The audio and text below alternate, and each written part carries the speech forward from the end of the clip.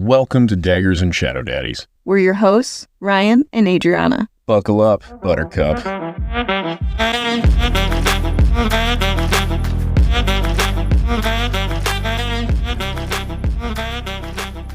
This is a reread of Fourth Wing and Iron Flame as we prepare for the book Onyx Storm. This podcast is all vibes, no facts. Spoilers ahead.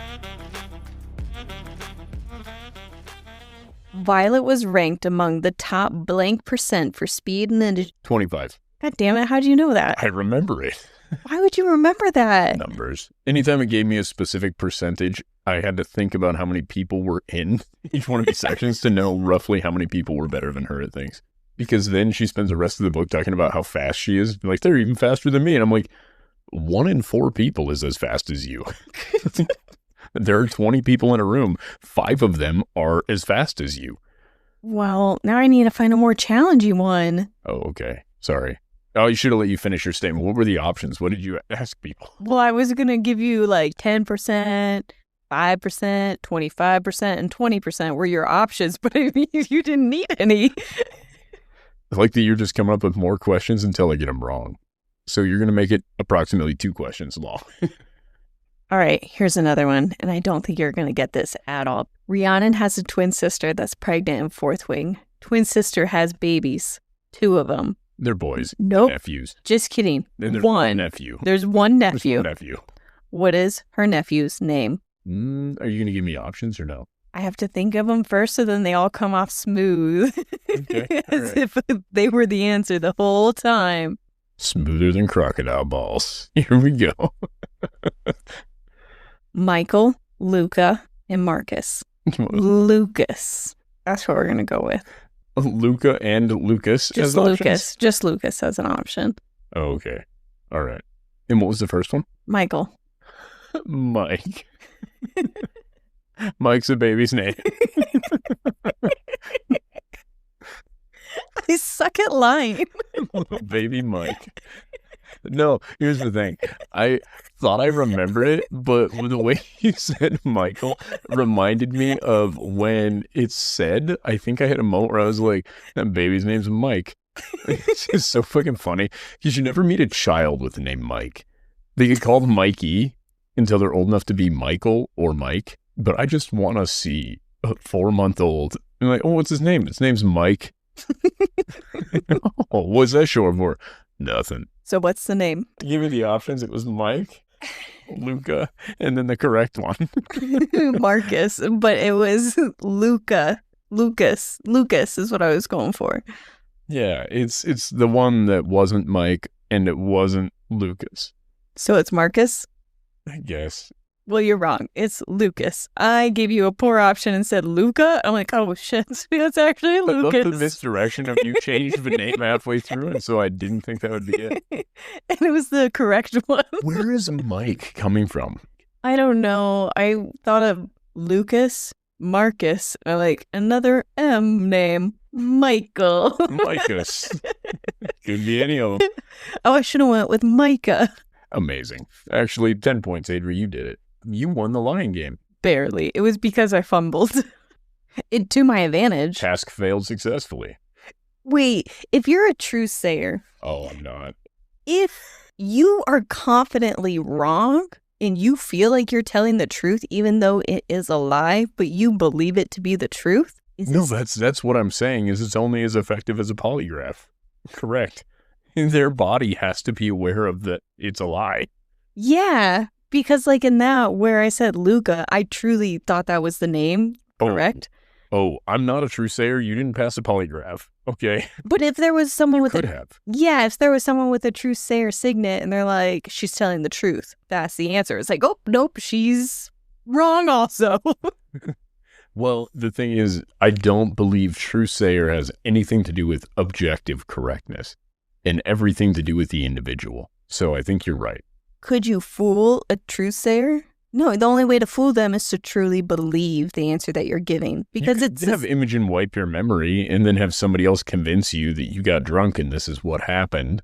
And you would fool the truth sayer. Oh, okay. Plant false memories. This is not that hard. No, it's not. And I just do it to myself naturally. Memory of a guppy. Get drunk and plan false memories. That's not what I meant. Every other Wednesday. You're like, listen, it's girls' night, and I'm about to make some new memories. What's that? Oh, Groundhog Day? Mm-mm. What is it? I am nearly certain whatever you're about to reference is not Groundhog Day. What are you about to reference? I'm just referencing where you just keep repeating the same day. Holy shit, it was Groundhog Day. Yeah. And how does that in any way relate to making new memories? The craziest thing is he retains his memories. It's the only thing that is retained every day. Oh, it's been a while since I've seen it. Can you imagine the plot of this if it was like he also was unaware that he was repeating every day? This is 50 First Dates. If everybody also had short-term memory loss, it would just be the same 10 minutes of a movie over and over and over and over and over again. No difference at all. I love that idea, actually. Like, let's have Groundhog Day, but he's also unaware that he's repeating it. I'm thinking of Imogen where she's trying to pick somebody up and she keeps wiping their memory. So she's doing the 51st days because she keeps fumbling every single time. She's like, I gotta try again. Do you think that her friend thinks that Imogen is the greatest friend in the world? Because she keeps wiping her memory. Anytime Imogen fucks up, she's like, never mind. Boop, just boops her on the forehead and starts her over. Just a quick reset on that moment. Quinn is slowly losing her mind and people are like, is she okay? Imogen's leaned in for a kiss like 3 times and Quinn's been like, oh no. And Imogen's like, boop. Never mind. I actually like Garrick. She's like, I better stare at him a little bit. Everybody's getting wise to my antics. Violet's like, Xaden, she has a crush on you. And Xaden's like, no, she loves Garrick. It's and propaganda. Imogen's like sweating just a little bit. One bead of sweat rolling down. She's the real fake news culprit. This is the 3rd time they've had a rebellion. Imogen got really tired last time. She kept resetting everybody. Violet did learn how to aim her lightning. Imogen made her forget. Imogen might have the most powerful signal. Yeah. She could potentially wipe somebody's memory of their dragon away, and I wonder if that would erode their bond. Boom. You're mind linked to Sigale. She comes up and grabs Xaden like a quick handshake. He has no recollection of Sigale, doesn't know how to control his shadows. All of a sudden, he's got his power welling up. He doesn't know what to do with it. He burns out. He also forgot he was an Intensic. Oh, I was going more for the idea of if your memory was wiped, that you ever had a dragon, you're just going about your day, getting some lunch, and all of a sudden a fucking dragon's talking in your head, and you're like, oh my god. I'm insane, I can't tell anymore. Okay, this doesn't work because she can only wipe short-term memory. Yeah, that was what I was going to say next. I don't know how. Well, if we're really going to get in short-term memory is like 15 seconds. It's the amount of time that you can hold information while working through a problem. I think it's like the workbench is what it's kind of going into. Yes. If you were to work on a math problem, how far back can you hold on to it without needing to write anything down? Oh, let's see. And I think I actually would kill this. I think you would do great, but memorizing numbers, some people can only memorize a string of, let's say, 10 numbers quickly, right? Before they fuck up their order and everything. I gotta look it up. Okay, working memory is not quite the same as short-term memory. That's right. Working memory is considered a more active process, and that's the one that I'm thinking of with like the math problems. And when you're working through it and you're holding certain parts of the problem, set it aside so you can use it for future parts. And how long can you retain that? Well, I don't want to brag. I'm just saying I think I would do better than some. But yeah, short-term memory is still only 15, 30 seconds. Yeah. Well, but I think they're using short-term memory more colloquially, right? In the way that we use the term moment, but we don't actually mean 90 seconds. Depending on where you pull information, a few seconds to a few minutes. I think a few times we've given Imogen 15 minutes of memory wiping, but she's definitely more of a in the current moment action where they knocked out the guy, he woke up, she wiped his memory, and that would give you enough time to then knock him out again. But it would be cool if she beefed up her signet enough to where she could get several hours. Honestly, 15 minutes could do more than enough for most situations. Yeah, like wiping away a memory about going in for a kiss. Plenty of time to remove that. I would do the most nonsense things I could do, especially if you could do without touching people. I'd fuck with them. Like, they're in the bathroom and they pooped. Wipe their memory so they don't remember doing it. Wipe their memory, wipe their ass.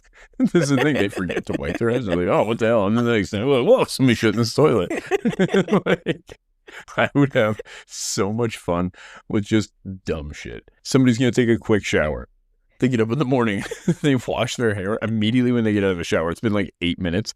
You wipe their memory and they can't figure out why they're all wet. They're like, oh my God, what happened? Reminds me of the Midnight Barber, where he's like, I never have to cut my hair.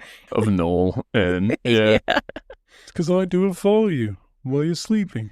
No, my hair just grows really slow. Well, you better not do that to me when I'm unaware. I do it to you. When you're sleeping, I'm up in there. That's a violation. That's perverted.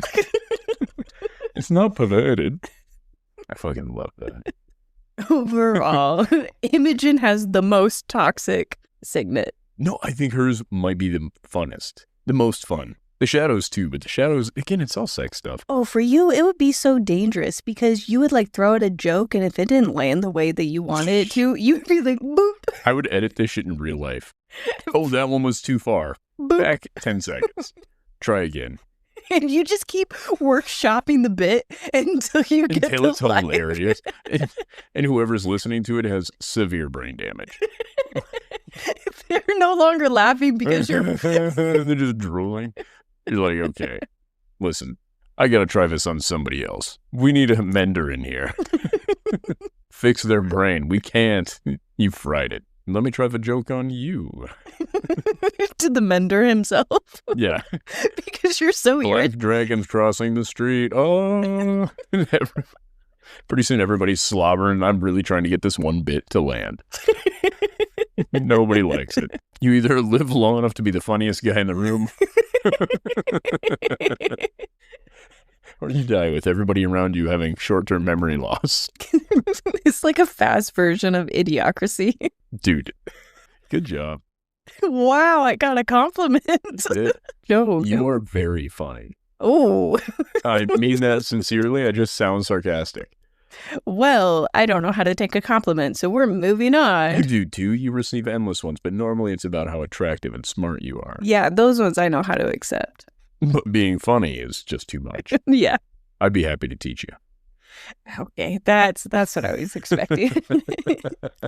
We didn't actually finish chapter 42. We did. We didn't finish talking about it, though. Yeah.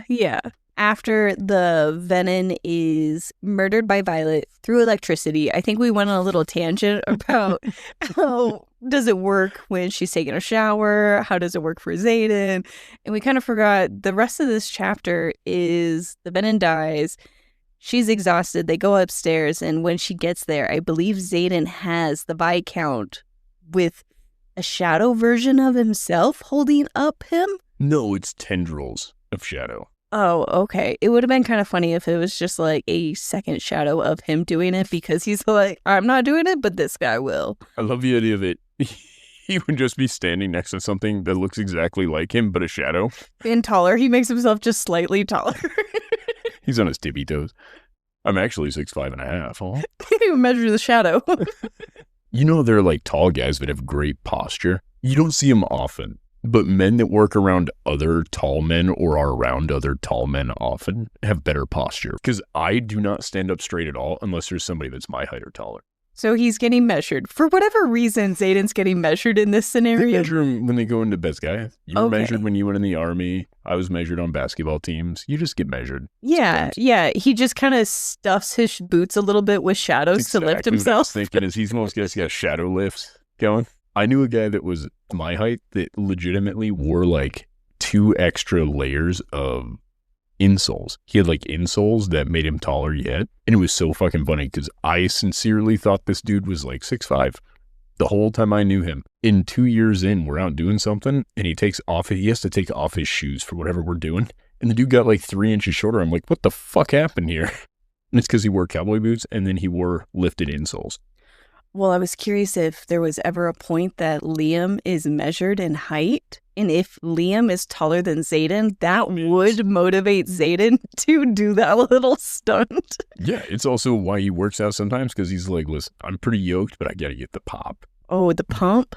Yeah, he's pumping. What does that mean? So the pump is like, all right, full disclosure here. If I know that I want a compliment from you, when I get out of the shower, sometimes I'll do like 20 push-ups real quick before I come out of the bathroom. You do not. I promise. What is the whole point of taking a shower if you're going to start doing push-ups? I'm not sweating from 20 push-ups. Well, I would. Oh my God. No, first of all, I almost never sweat. I'm not a You sweaty do dude. push-ups? Yeah, sometimes I do. If I know I want a compliment from you, it makes my arms and my chest look better. What? And then when I get out of the shower, sometimes you give me compliments. That's so cute It's just, that you still try. thank you. I get out of a shower and I'm like, me existing is enough for you. And it is. Honestly, it's a treat every time. I imagine Xaden is every so often just busting out a couple push-ups. So when Violet sees him, like, he's got a little more, a little more vein in his arms. Like sometimes, like when I'm going for bicep veins and stuff, I'm like, oh, do a couple quick push-ups and that'll make it pop for Adri. I'm trying to see how big Liam is. Well, he's got the biggest dong. Liam was described to be as tall as Sawyer and as built as Dane, with spiky light blonde hair. Oop, we're going to pretend that's not true. A The prominent... blonde hair. The spiky light blonde hair makes me think of... Frosted tips. the From the 2000s. Yeah. Okay. Brennan, Auric, and Xaden are all roughly, I think, same. I think Liam and Sawyer are taller than them. No, I think Liam and Sawyer are shorter. Yeah, because I don't think anybody was described as taller. So Sawyer and Liam are described as tall and they're 6'2"? Yeah. That doesn't sound right. Adri, your view of this is a little skewed. I am married to a tall boy. You are married to a tall boy. So what we're landing on is Xaden is taller than Liam. Therefore, there wouldn't have ever been a competition for Xaden to want to make himself a little taller using his shadows. In the description we're given now, we don't know if he's always. He could Perhaps also... he's like 6'2", and he's got his 3-inch lifts and his shoes made of shadows. Or when he's got his flight leathers on, he looks a little bulkier because he's kind of puffing it out with some shadows. It's all shoulders. He's like, listen. No, he spends enough time not wearing a shirt that I don't think we're actually that concerned. Getting back to chapter 42. Oh, yeah, the shadows, where sex would be cool. Yes. If you choke somebody a little. Oh my I God. said a little. Okay, well, That's what Xaden's doing. he's choking someone. And where do you think he learned that? Catriona. This is the second man to beg for Violet's forgiveness. Soon to be a third. Counting Xaden. I was going to say, soon to be a third one. He's technically been begging for it also. Wait, who was the first? Varish. Did he beg her forgiveness? Yes, Taryn made him. Oh, I forgot about that. And now Xaden is making the Viscount, and then Violet makes Xaden. I'm glad Violet finally got her own comeuppance there. By the third man, it's got to be something you're into. I can't blame her. So after that whole scene, they're all sitting down. Not Violet. Xaden has his hand on Violet's thigh. Kat is not intimidated by Violet at this point. That was some little note that I found really entertaining. That you see this woman in this badass see-through gown fighting a venom, kills him in a badass way, like 2 throws into the feet, lifted up by the biggest, baddest dragon, strikes lightning, and just gets dropped while her man makes your uncle beg on his knees for forgiveness. And Kat's like, he was weak to start with. Lightning happens naturally. I'm not that impressed. Oh, I saw it as Kat's like, I still have a chance because I am amazing. Well, and this is what I'm getting at. I think part of what makes Kat so badass, there is never a moment where Kat needs reassured. No, she's so confident. I like it. I wish that for myself. We all do. Here's the thing. What do you think has occurred in her life to give her that much reassurance, though? She's just a princess, I think is the best way to describe it. The whole sister is equally confident. But in such a cool way. Almost like Violet. Sister's rad. Yeah. I think the parallel between Mira and Serena is so linear as far as that parallel goes. And they do it again with Maren. I don't know how to pronounce her name. Maren or Maren Kat's best friend with Riorson, Violet's best friend. They both have that same kind of, everybody's best friend is a little bit bitchy. I like that. And also, like, kind of grounds the situation. I think later when they're on the cliffs, they, like, trade besties in a way. They don't put Kat and Violet together, but they do trade the best friends. What I think is funny is Violet's kind of the bitchy best friend of her group, though. How? Compared to Ree, Violet is so much more self-centered and focused on herself than Ree ever has been. Ree is constantly be like, how can I help you? And Violet's like, I've got shit going on that I can't trust you with right now. Like, I'm not suggesting it makes Violet bad. I'm saying Violet is almost more of the Maren than the Kat of her friendship. But in the last, how many chapters we've went through in Iron Flame with Riorson, I feel like she was doing it for selfish reasons. Like, tell me what's going on. Because she wants to just know what's going on, not really for Violet's benefit. That's probably a hard take on it, but... Wow. I took it as Ree was exhibiting her self-respect. That's probably the actual answer. Chapter 42 ends with, they take the flyer cadets to train, and they must bring crossbolts. That was an interesting little thing that Brennan asked for. He's like, oh, and everyone bring a crossbow. All of this for the luminary. Hold on. He had them grab crossbolts? Yeah, every flyer had to come with a crossbolt. You know what? I kind of get that. In case they run into Wyvern or something, they need something. Yeah. Yeah. I'm on board. Chapter 43, they must walk the Gryphons to Aretia. There's a narrow path with Gryphon traps. A parapet. This is worse. I think the writers... No, I mean that it is what a parapet is. Yeah. Yeah. Other than... the term, when they say the parapet, that's a real thing. Wait, that has a meaning outside of just being a pathway? A parapet. Yeah, a parapet is a narrow, dangerous path. Oh. That is what a parapet is, where you have a drop-off on the side. Oh, okay. Yeah, that's a real thing. I just thought it was a fourth wing thing. No. No, there are parapets. Well, I disagree with all of the writers in them thinking that their parapet was harder than the Gryphons, because I find this to be much more difficult. Overall, it was, I don't know, you don't have as many people who hate you next to you while you're going across this. Well, Violet had one. I would argue they did. Like, you had Barlow, who was kind of throwing people off for funsies, and then Barlow Jr., who was also throwing people off for funsies. Yeah, I think that's some psychos.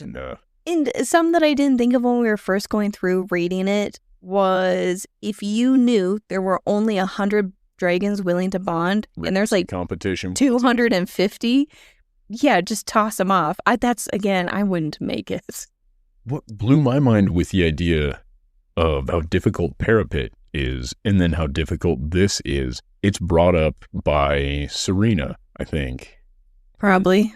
She says, your parapet is hard, and this is less hard for people, but you weren't risking your dragons after you bonded them for it. Yes. And added a lot of gravity to the situation.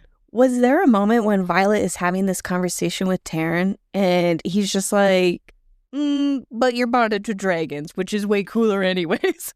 He was like, well, I'm not going to die, so why does it matter? You can't put me in any situation that I would not survive anyways. Something like that. She was feeling bad for them, and she's like, I would never have risked you or Indarna. And he's like, it was never a concern because you didn't bond the mediocrity that is Gryphon. Yeah, that's what it was. And I fucking chortled. I'm sure, like, Taryn's listening to Serena talk about the Gryphons, and he can understand the Gryphons. I don't know how they fully communicate. And I'm sure he's just, like, pathetic. It was 100% where he was at with it. It was cool. And then, yeah, where he's just like, well, you're in luck. You didn't bond something as lame as a Gryphon. And not only that, you bonded too. I don't know why you keep forgetting how amazing Indarna is. He advocates for Indarna often. Yeah, bear in mind, he knows that she's a secret princess of dragons. I don't think he really does. He knows something's up. Because he's 200 years old. That egg has been there since his ancestors. Like, she didn't hatch for 600 years. That means they're 3 generations deep into this egg. Well, I guess I take it as Taryn is constantly reminding the humans that even our weakest and smallest dragons are superior to you. I think there's a lot of truth to that, but I don't think that Terran thinks of Andarna as the weakest, smallest dragon. No. I think he knows Andarna is special, and he and Sigale, for lack of a better term, are her surrogate parents. There's a certain amount of fatherly pride that he has in Andarna, in a protective aspect.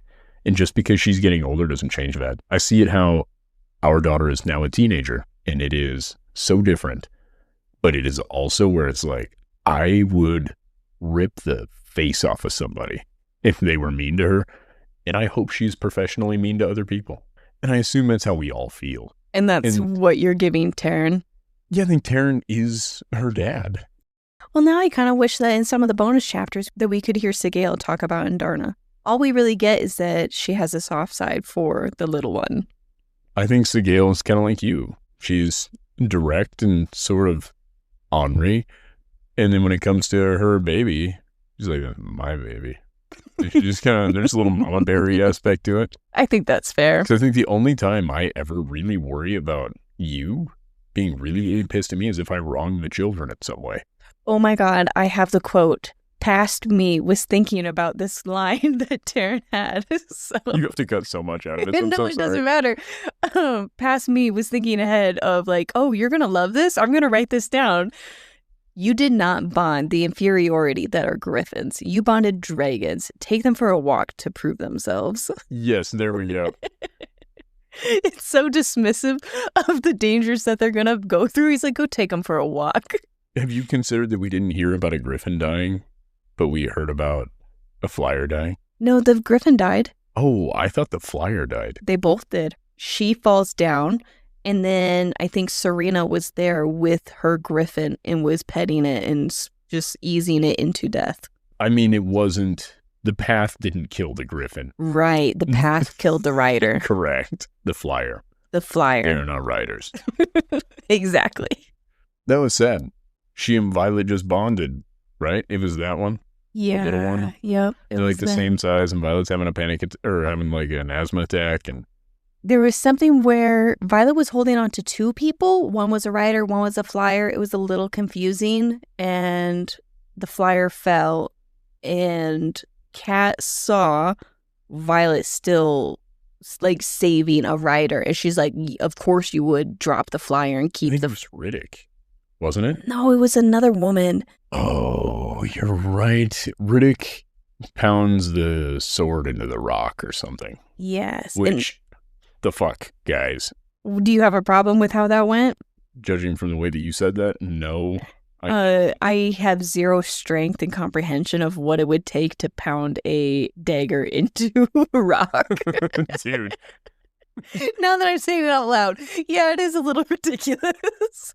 Especially when he has to reach over and do it. He doesn't have like the force of right in front of him. He has to reach out and stab it into the rock, and he pounds it into place. I have a $300 hammer that I use for work, but specifically is meant to help amplify the force I am able to apply to something, right? And if I was swinging at just a 32 penny nail at my arm's width out, and I managed to even hit that nail into wood, it would take me so many swings to get that in there. With tools and things that are meant to do that job. To put a dagger into it, wow.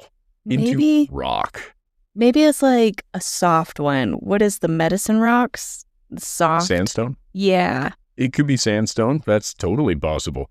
Or it could be a soapstone, which I think are the bendy ones. I can't remember what the bendy rocks are called. Do you remember? But if it's so soft, then maybe a full body weight of swinging back and forth, it would also fall out. I'm thinking in any way that you've inserted this thing isn't going to be a problem. What I think happened is there was a crack that they could kind of jam it in there, but it's a dagger. You're not going to find a lot of rock climbers packing around daggers for rock climbing. Yeah, we're going to go with there was a crack. It's a long dagger for leverage. Small sword. Yeah, small sword in a crack, and all he's doing is bringing it down to the bottom. Okay. And it's got good leverage. And it's not tipping because... It's wedged in there really well. Real good. Real good. That's what happened. You know, fuck it. That's what we're going with. Honestly, we can even just go with he's so strong he forced a dagger through. And in that case, he's stronger than all the other men. Stronger than the dragons, probably. You should get into arm wrestling professionally. This man is yoked. Well, Violet is walking with Sloane and Maren. Every time we say Sloane, I think of, remember his stepbrothers? A little bit. I was smoking pot with Sloane Kettering and Johnny Hopkins. And we were blazing that shit up every day. Sloane doesn't seem like the type that would smoke. Does she? Sloane does not seem like the one to enjoy cloves or whatever it was they were smoking. Oh, yeah, they do have their form of marijuana in it. Yeah, I don't remember what it was, because at first I thought it was just like a clove cigarette, because she was talking about the smell, and then I realized, no, it's weed. Yeah, that's exactly what it is. Yep. Is she... Burning the herb? I don't think so. Violet doesn't. Rhiannon seems like she smokes, but doesn't tell Violet. She's like, I'm burning some of Malik's lettuce. Imogen seems like she's the hookup. She would. We're profiling based on her hair and attitude. More her attitude. I don't know, man. The hair was kind of there for me. You don't walk around looking like that. That's me. I look like somebody that deals pot. What's your secret to not looking stoned? I'm always stoned. That's Imogen. Nice. I like it. Well, anyways, she's walking with Sloane and Maren calls their threshing harvest, which I found kind of ice cold. And overall, the whole conversation of what their form of threshing is, where they leap off of a cliff, I think a 30-foot cliff, and they land in the water if they don't make it, and they just try again next year or something. They go to a different military branch. Oh, yeah, you just didn't make it. It was your whole idea of get a net. For the parapet. And then you if just they don't qualify, they just don't get to be riders. Yeah. Huh. But there are theories, and I think there's even something that says, yes, chapter 45, there's an excerpt about the Venin were no longer just coming from the barren lands. They were recruiting fliers who didn't bond. And this has been happening over the last 50 years. They clearly started recruiting some dragon riders, I might add. Yeah. Therefore, I don't see where the death thing made a huge difference. I think the argument is if you want to be a rider, you clearly have this desire for the power that you gain from it or something like that. And if you don't make it, you would be easily swayed to become a Venin, which is something that the fliers were seeing happening over the last 50 years. They leap, they don't get a Gryphon, they go to another section. I don't know what you want to call it. Sure. Another expertise. Yeah. And they were being recruited to become Venin. I don't disagree. What I would say is I don't believe that the Venin need to recruit that heavily where they're just looking for whoever's willing. I think they're still being choosy about who becomes Venin. I didn't think the Venin had a choice after we saw how Xaden became a Venin. He's aware that this is an option. I think, and this is just me trying to remember something 8 months ago, that it was calling to him in his time of need. Like it was right there where there was something to it. Oh, Violet. She was being tempted to do it, to pull from the source. And she refused, or something like that. And she was just closer to burnout. And when Xaden was tempted, he obviously chose. I didn't think that the Venin really had a recruiting system. Oh, maybe that's them recruiting in your time of need. They're just like, hey, you can do it. It's right here. No, I'm agreeing with the idea that they don't need to recruit. Because what does recruiting look like? Like Mormons going door to door? Like, hey, we heard that you didn't make it as a flyer. I think you could have used the army as an example, to be fair. They spend almost as much effort as the Mormons, right? We want you. We're the Wyvern witnesses. Yeah. I'm just thinking Uncle Sage. Uncle Sage wants you. Me? Because, yeah, what does recruiting look like for Venin? Oh, I don't think they need to. I think it's, do you want to learn how to use the power that you're channeling from the source? Where is the conversation happening? You have this creepy sage. I think when you start drawing power from the source, you're all linked. In the same way that the dragons are all linked. And then the riders are linked to the dragon because they're channeling through their dragon. The dragon is getting its power from the hatching grounds, which is also from the source. What if it's you pull from the source, you're now linked, like you say, the conversation or whatever happens of this recruitment process of we want you, letters start happening. Like for teenage boys, when they hit 16, all the recruitment letters start happening. They have to wait until they're 21 or 20. I thought That's you guys when you can enter these colleges to do things. You're not jumping the gun. Oh, I was thinking of like in real life where I think when all boys turn a certain age, you start getting letters in the mail. I think it's also girls. Boys get letters for selective service. After you take the ASVAB, though, you're definitely bombarded. The military, we're not just killing men. We're not sexist. The women can die, too. That's right. What do you land on what the recruitment process looks like for a Venin? I don't think they're actively recruiting. I believe you have people searching for power, and they don't know how to do it or how to harness it. And when you seek that, it's a lot like the military. Google questions about what do I need? What's a good ASVAB score? And watch what happens. Well, given the recruiter will be knocking on your door in 2 days. You just Google the question. Do you remember? I was like 21 years old before they quit calling me. Yeah. And I told them constantly. Like, I took the ASVAB, and you're right, that was it. That's all it takes. That's one time, and I'm sure back when they would give you crayons to fill it out, they were like, listen, we know where this guy's going. Well, I'm just thinking of like our last conversation that we had about the well-being of the villages and all the families and how challenging life would be in this continent.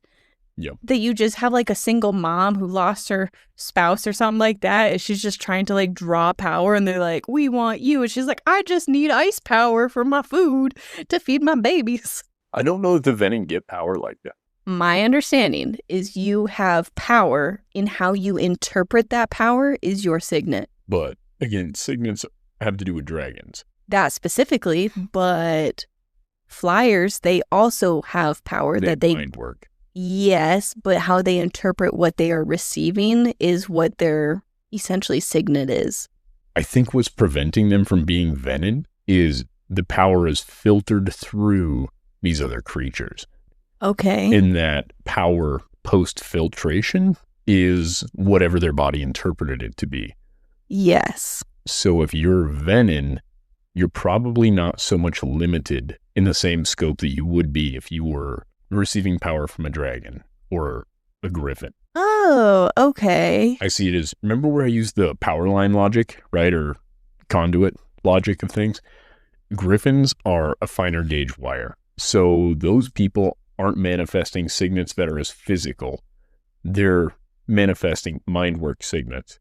Yeah, they have like lesser power and mind work is, I think. Yeah, they can do lesser magics and then they can do mind work in different variations of the mind work. But it is not as powerful as the magic that the riders are getting channeled through the dragons. Okay, right? And then how do you imagine a Venin? The Venin is, they're straight up licking the circuit. There is no wire. Their tongue is stuck to the breaker box. Like they are just direct power. Because I think at the end of this, she fights several different Venin over the course of these 2 books. And I don't know about a signet necessarily that we see other than the one picks up on her skills really quickly. The one on the back of Taryn that she was fighting, it adapted to her fighting skills very quickly. And when she fights this one in chapter 42, she waits, but I don't see any signs of anything unique other than just raw power. The other thing we see some of them do is appear and disappear, right? Almost like teleportation. Yeah. Which is super cool, but we don't know if that's a unique power to a specific sage or if that is just Venin power. Yeah, like how they're interpreting all this raw power. Yeah, so I don't know that I want to paint the Venin in a box yet. Okay. I don't know what any of my thoughts are yet. Okay. I just found the recruiting to be an interesting term. Well, let's run with the Jehovah's Witness recruiting method. Yeah. Knock on some doors and like, how would you like to have an ice cold brew? There's a 18% chance we can get you that. Chapter 43, we talked about, they call the dragon threshing a harvest. Ree is with Kat. Liam didn't like Kat either. That's something we learned from Sloane. Sloane likes Violet now because she's getting through many of the letters from Liam. We learn about how fliers bond. Oh, it brings a smile to Maren's face reflecting on their form of threshing, which I find entertaining because she's just like, it's such a happy moment for them. And for Violet and the riders, it's just a scarring, traumatic bunch of people died. event. Maren is shocked at the question of what happens to the bodies. She's like, what the fuck is wrong with you guys? Again, here's my thing. Why the fuck don't we get an answer? What happens to the bodies this guy? We don't know. But they burn them. Ask. But again, what's happening with the clothes, right? Is Violet collecting shoes? We've been through this. I have questions. They burn it all. It all gets burned. It's so wasteful. Aretia has its first hatchling, and it's unprotected, which motivates Violet a little bit more to get this whole ward thing sorted. Why else is that bad news, Adri? Because it calls in the venom, or the wyvern, whatever the hell it is. The magic changed now. Yes. That's now the hatching ground. It's a second hatching ground. The magic there isn't dead. It's like they reignited the flame.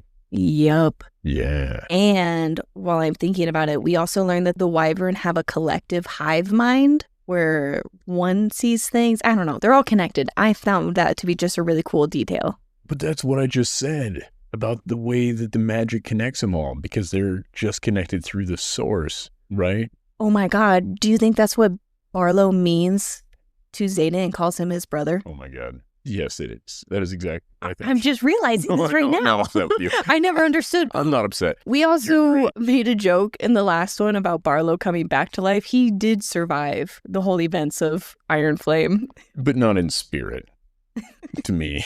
Yeah. He's dead to me. Oh my God. That would be wild if that's what he meant, calling Xaden his brother. He means. Yes. Okay, hold on. I'm saying this as if it's a fact. I will be proven wrong immediately in Onyx Storm because that's how my predictions for these books seem to go. But everybody that's drawing from the source is linked to the source. That's what I was saying with the dragons, the way their power works. All of the dragons are mentally linked because they're pulling from the source. The only reason all of the dragon riders and the Gryphon fliers aren't mentally linked together is they are not pulling directly from the source. So why Xaden and Violet have this mental connection is their dragons are linked. Oh my God. And that's why Violet and Xaden have their bond. And then the dragons are also linked to the source, which links them to all the other dragons and all the other creatures. Taryn can talk to the Gryphons. And the wyvern don't really have a connection to anything except for their masters. Because they're Oh my God, the wyvern are like the riders. Correct. Oh my God, I never clicked with any of this. No, it's okay. I was just like, we're solidifying a theory. So if you kill the venom that created those wyvern, all of those wyvern are done. Those wyvern are reporting back to their venom guy. Their venom guy is connected to the rest in the same way that when, let's say, Jack Barlow does something stupid, his dragon can let all the other dragons know through that link. Wild. Okay, I'm following. That's my guess. So, wyvern are to venom as riders are to dragons. And if dragons had multiple riders, that would be equivalent to a venom having multiple wyvern. Yes. When venom dies, wyvern die. Dragon dies, riders die. Gryphon dies, flier dies. But in this case, the flier died, the Gryphon died, and we can have riders die and dragons die, and it's because of how strong their bond is. Would that also mean if you have a deeper bond with your dragon or your Gryphon, you would have more power because you are more interconnected to the source? It seems like that could be the case. Huh, that is so cool. I won't give a definitive answer on that yet because I don't have enough data. But yeah, no, this is all interesting information that literally never crossed my mind until right now. Here's the best thing. It's not even really information. This is all theory. But we never really thought of like the collective and hive mind. Because Brennan is the one that's like, they've already reported to their people. Because they are all linked together, all the wyvern. When they felt the hatchling happen, because they were within that range, it's already been reported because of how they're all connected. Okay, well, let me finish up the little recap of chapter 43. Dane is assisting with everybody jumping across this little section. Violet crosses with the sword. Someone says the hilt is 8 inches. Riddick corrects, it's 7 inches. It's a very good Riddick moment. He's like, actually, that looks like it's about 7. It's just a pretty good size hilt, right? Right, guys? 7's an completely adequate amount, right, guys? Luella unfortunately falls. Riddick is shot in the stomach. Chapter 44, we've kind of talked about this a bit. Kat blames Violet. Sloane offers to toss Kat off for fun. Brennan saves Riddick, but the Gryphon doesn't survive. And then we have the Wyvern arrive. We've kind of talked about them a little bit. Nobody can see anything because there's so much fog or mist. Violet gets on Terran. She does so without goggles. She mentions this because I think her arm is injured. Yeah, her arm is dislocated or it was recently put back into place. And she doesn't put goggles on for some time. When we talked about the speed Terran goes, I think this is a small detail that just isn't realistic for how fast he can move. You listen, at this point, we're running it, though. Violet says, you're faster than them, right? And he's like, don't insult me. Again, they always ask him questions that are so obviously answered to him. He's like, I don't even know why you fuckers talk to me. He's Stop. Like, do you even know me? Look how fucking huge I am. You think I can't beat this? This reminds me of when you would ask me the first several years we were together if I could reach something.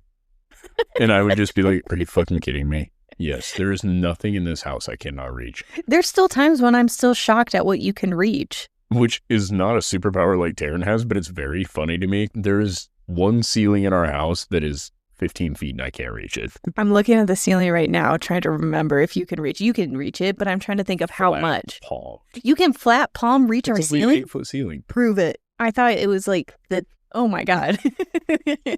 Looks like your elbow was bent a little even. Yes, that's what I'm saying. This is the exact moment. And like Violet, Terran has to prove himself. Don't insult me. Chapter 44, the tactic for Violet to take out these wyvern is to bait them. And she's improving her aim and she strikes all 4 of them, taking the information that she learned from Felix on how to direct the lightning to them. I have a question. Yes. So her lightning is drawn to their magic, basically, right? Yes. It's drawn to whatever's inside of them because I think they find one here soon and they cut it open. Yeah, it's like a rune heart. I think they find one of these 4. I think it's this specific moment that they come back and find one of these ones. I think it comes after they raise the wards and it's a partial thing. You're correct. That's right. They were kind of stunned. If her magic or her lightning is attracted to the magic emanating from the runes, wouldn't that make all of the weapons they're using also like little lightning rods? Yeah. So when she pinned down that Venon's feet to the ground using those daggers, would those have not been a reasonable enough conduit to... I think it would have been, but she really took a moment to reflect on what Felix had told her. So she was using this as a guidance system, basically. Yes. Okay, cool. I got no qualms then. Another great Terran moment. Violet is so obviously proud of herself for striking 4 of them down. And she's having this conversation with Terran. And she says to him, you're difficult to impress. And he replies, I'm a black morning star tail. Yeah. Like... I fucking love that because I think that is actually such a you moment. You as a human being are difficult to impress, and it is why you and I have worked for a decade and a half. Because you're constantly trying to impress me. As if I was impressed, you'd be like, all right, mission accomplished. When it happens, I get this enormous sense of pride because I know I've fucking earned it.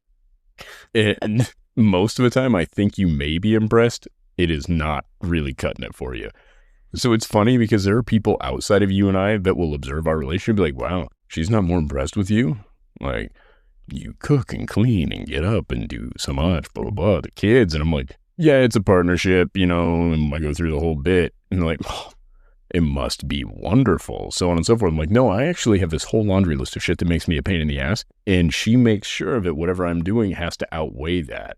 Therefore, I was like, I need to do these things. I always love the conversations that we have with these other couples, and they hear what you do around the house and whatnot, and they're like, wow, you do so much. And I'm just like, you don't do enough. Yeah, Not to you directly. I hear how that sounded. Not good. you. I meant to the man in the relationship. Way works for us. 50-50 would work for us if we went to like a strict 50-50. A strict 50-50? No, I think we have a 50-50 of looking out for each other, of picking up slack for each other back and forth. I agree. But the fact that these other couples are just like so impressed, I'm like, oh, so he goes to work and he comes home and that's his existence. It's just entertaining to me how it's shocking. Back on topic, chapter 44 ends with them learning about the collective mind between Wyvern and Venom in a book from Takaris. Chapter 45, there's an excerpt about the Venom recruiting fliers who didn't bond, and this has been happening in the last 50 years. And the fliers react normal to the death of their friends and reflect on their threshing also. I think this is the classroom setting, and they do the death roll, and the writers are just sitting there just like another name, a moment of silence. And then you have the fliers that are freaking wailing over their lost one as a totally normal reaction to losing your closest friends. And I don't know what I think of who is in the right or wrong. I think as far as both groups, neither are wrong in how they're reacting to death. I just think that the writers are reacting to the death because of a messed up system. Oh, I'm not faulting the writers. I'm faulting the system. Yeah. In the same way that I'm not faulting soldiers for their getting PTSD, I'm faulting the system that refuses to help them adequately process those things in a healthy way. Absolutely. There's a lot of fighting going on between the fliers and the riders. I think someone throws it in Rhiannon's face. Her village turned away refugees. Violet is learning how to imbue daggers because of the orb that she's been using. Cat, I don't know how this scenario happened, even when listening. Violet is talking with her friends and she's reflecting on Cat because they're like, how are things going? She's like, well, I knocked on her door one time and she came out in a see-through robe. This is the moment I keep referencing. But what's hilarious is Cat is just opening doors in this outfit to anybody. Honestly, I just want to be a pizza guy in that place. I heard Cat has... Did you order a pie with extra sausage? I don't have that one. It reminds me of this scenario where Kat keeps calling in a pizza order to get this until Xaden brings it. Yeah. She's like, oh, the sun keeps glaring in through my window. I need a shadow. She was leaving strands of silver hair leading to her room. I sure hope a shadow daddy doesn't follow this in. Well, anyways, that whole story is exchanged, but we don't learn why Violet was knocking on her door. Doesn't even matter. Rhiannon's in a relationship. What's the point of a see-through robe? What's the whole point of a robe at that point? Well, I think the point of a robe in general is to prevent your bits from being seen. Is it to be from being seen or for comfort? Maybe this is just casual, cozy. What's cozy about a sheer robe? This is some really fine silk. What if it's incredibly soft? But the sheer one wouldn't be silk, right? I don't know what this is, but Violet knew immediately what this robe was made out of. Yeah, Violet tears from the sound of it. She's like, nice tits, bro. Violet's just trying to keep eye contact the entire time. She's like, wow. Rhiannon's in a relationship with Tara. I think she's been in a relationship with her for a while. Rhi is in a relationship with Tara? Yes. I don't know why I'm shocked by this right now. You're right, but weren't we just debating if Rhi was a lesbian? Like an episode ago. Is Tara a girl? Yes. Oh, well, don't act like I should just know. I've only listened to this book twice. Tara and Rhiannon have an on-again, off-again open relationship. Rhiannon opens up that being squad leader doesn't leave much time in her schedule to be together. But now they're on again, I think is what we land on in this chapter. You're not a squad leader anymore. Now you're in the new camp. And she's worried Tara's going to go knocking on doors, and she heard what they wear. She heard what Cat's wearing. She's like, if these fliers are all as comfortable with their bodies as Catriona is, we got some liberation to do here. Man, I don't know how I'd handle this, actually. I would be so jealous. Yeah. Like, if I lived in this college, right, and you were like, oh, better go tell Riorson something, and he shows up and he's just donging out. Like, it's an opaque shadow for his clothes. And he's just rocking this crazy horse cock, and he looks awesome. And then you just keep finding reasons to go knock on his door. The fact that he doesn't have this problem often with girls just casually coming up to him to ask him questions because he's so handsome. He must be a real asshole. Yes. There's no other. Because I have a friend who's a very handsome man who he was a complete ass to women in high school. Like, just an asshole. Women would put up with a surprising amount of it just because he was so pretty. I think this validates all of Violet's feelings in Fourth Wing because I found it absurd where she's like, he's such an ass or anything like that. Yeah, if women are not legit. Yeah, because if women are not approaching him, the amount of it's only Kat who's trying. And Violet, the two most abrasive women in the book. She's lucky her mom didn't try. Well, this is a point where Xaden needs to be honest with Violet after she learns about him being able to read intentions. Of sharing, I have to tell you. She intends on fucking me. Every room I enter, women have the intention. Maybe this is why he's such a prick, is he's tired of feeling that way. Would you ever be tired of that? I wouldn't be from the perspective I have now, but I think you as a woman get tired of being objectified. And I think the only reason I don't think I would get tired of it is because I'm not objectified. Like in the moments where I get objectified, I bask in it. I would say that's valid. Yeah, because as women, it's not like an everyday experience. Like I just walk out into the world. No, here's the thing. But my experience. It is an everyday experience for you, whether you've picked up on it or not.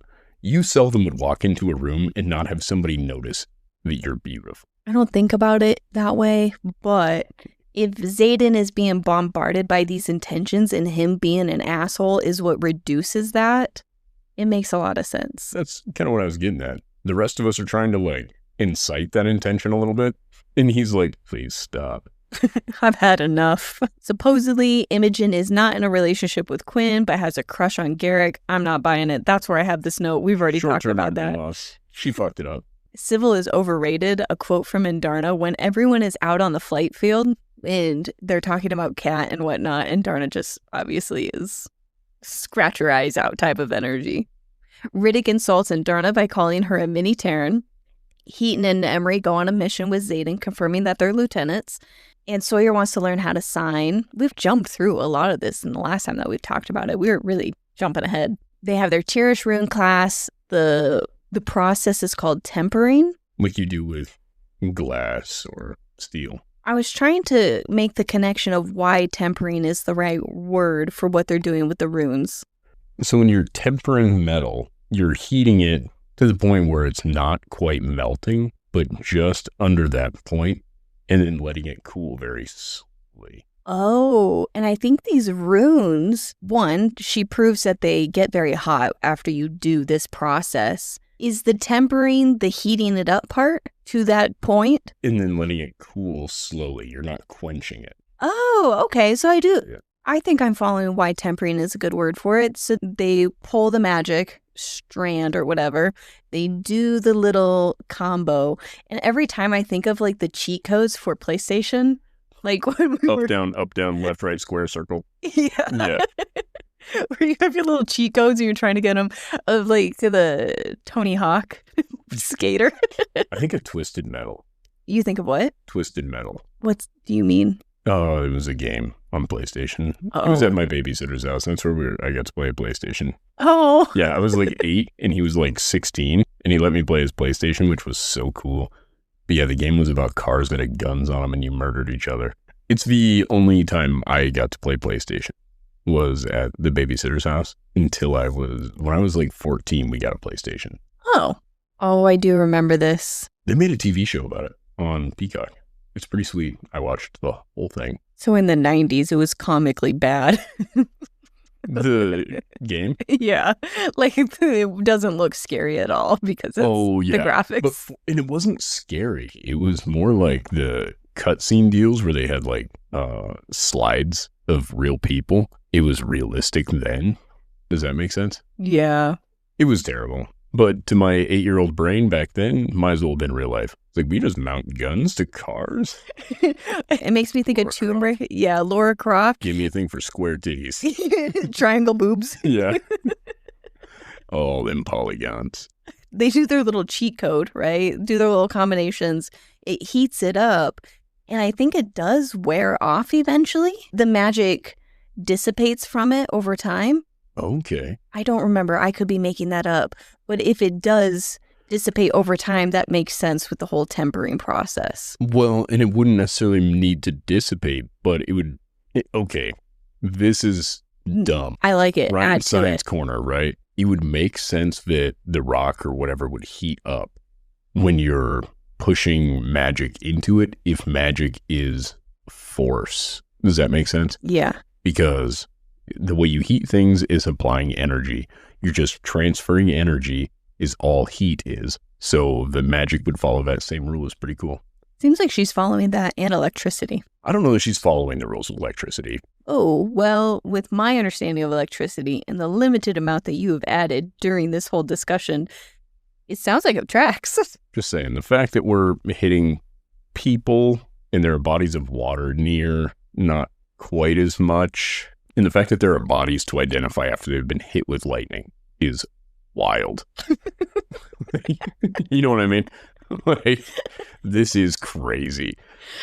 Oh my God, they'd be deaf. The sound of the lightning moving through the atmosphere. Everybody would be blind and deaf every time she shot lightning. That is wild.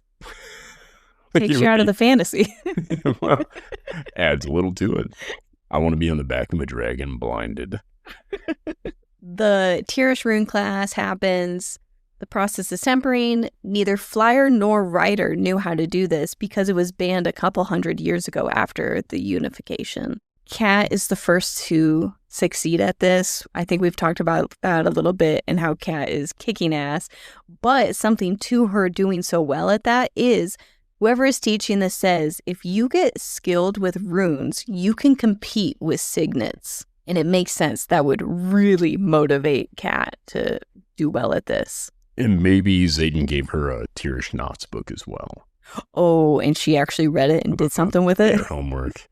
That's what I think actually happened. I took it as she is just naturally gifted at it. And I took that the marked ones, they were also really fast to pick it up, but that was because it was a part of their culture. Yeah, and I think that's totally possible. I just like to think that while Xaden was in his relationship with her, in earnest, he tried to share some of his culture. And she took an interest in it. She did. That's going to get me raging again. Yeah, I know. It was a little bait for you.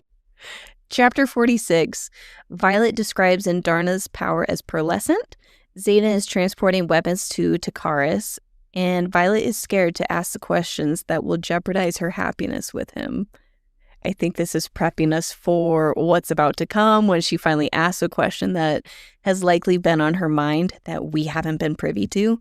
And we learn about Colonel Mari's runes for the marked ones for Fen Riorson's bloodline, and that he's an only child.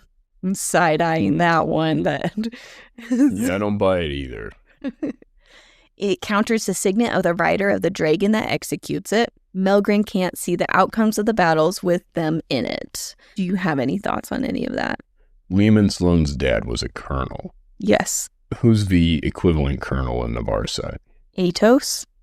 Is it weird to you that everybody involved in this rebellion was near the same age? Only, I shouldn't say near the same age. They were all roughly 40 years old. There weren't older people that were in charge.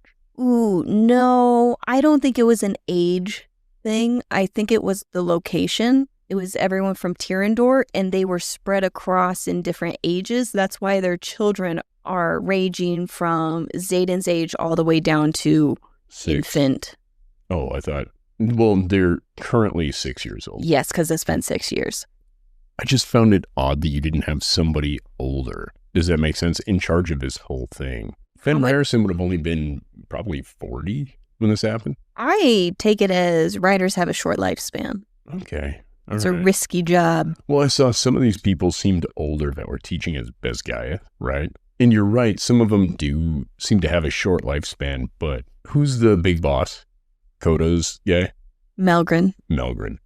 I'm imagining Melgren is like 65. I don't. Actually, I don't know what I picture his age as. I assume that he moved through the ranks pretty quickly just due to his signet. Not because of his age, but because of his signet. Fair. I figured he moved up through the ranks because he had the biggest dragon. He got that big D energy. You know what I'm saying?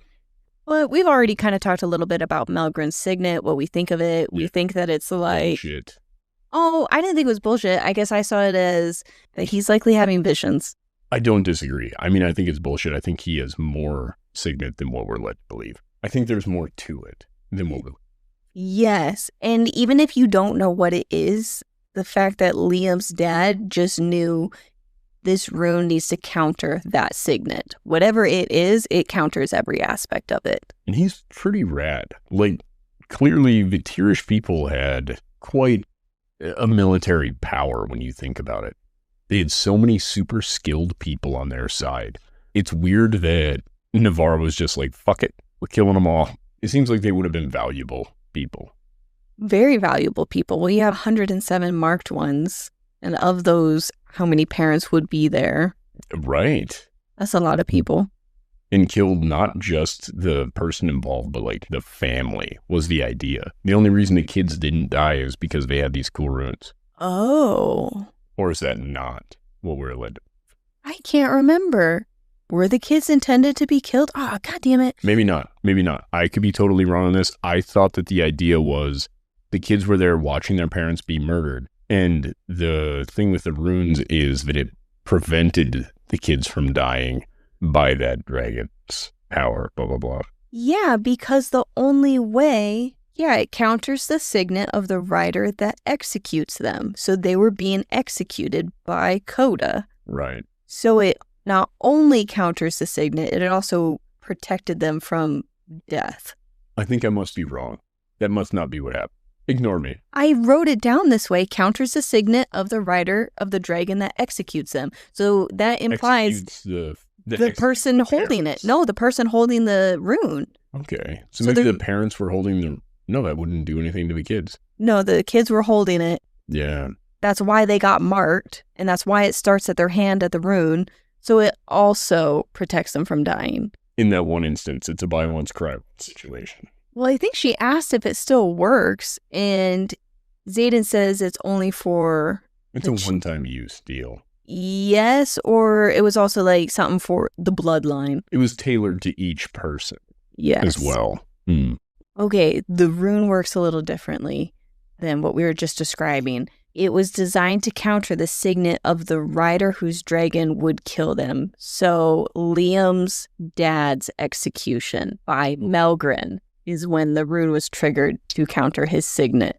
Got it. That's what it was. What if Coda isn't the one that killed them all and you got a few of them? That's what I was just thinking. If they were executed on like a different day or something like that, like, oh, we got to bring you in. And it's like a different dragon that executed them. They spoke to a different dragon that day and that dragon cooked them.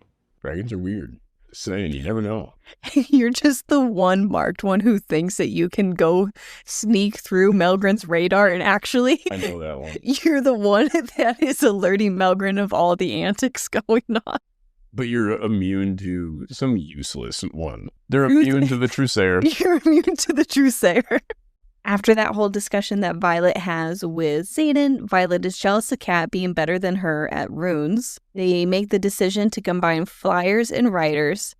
Cat challenges Violet, to no one's surprise, and Darna suggests scratching her eyes out, and Taryn suggests, let's be realistic, the kneecaps. And she fights like Xaden. Oh, I wonder if she was also trained by Xaden. You know, the guy who gave her the same book he gave his next girlfriend. He's really just trying to recreate the magic he had with Cat. Just doing this to... I'm just silent right now. Oh. How much sparring did Xaden and Cat have for her to be trained well enough for Violet to not only notice it, but they fight for some time. It's not like Violet just takes her down immediately. Violet doesn't win by Xaden's tactics. Really, I can't remember what the fight was because I haven't re-listened. Well, so I didn't re-listen to this either, but if I remember right, her, so to speak, nearly finishing move is a Xaden move, but I think Riorson also trained her, and so she's thrown some Riorson in there too. And Imogen. Or Imogen, I'm sorry. No, I think it's both of them. I do think there is credit to both of them I in think there. Imogen's probably the bigger influence in this, because Imogen is a badass fighter. I guess Riorson must be too. I think so. Wing leader. Riorson trained for becoming a rider. Yeah, that's true. So, yeah, she's a badass. And that's what the chapter ends on. So next... the chapter ends with she's doing mind work on her. Not directly, I don't think. I think the chapter ended on her just noticing the...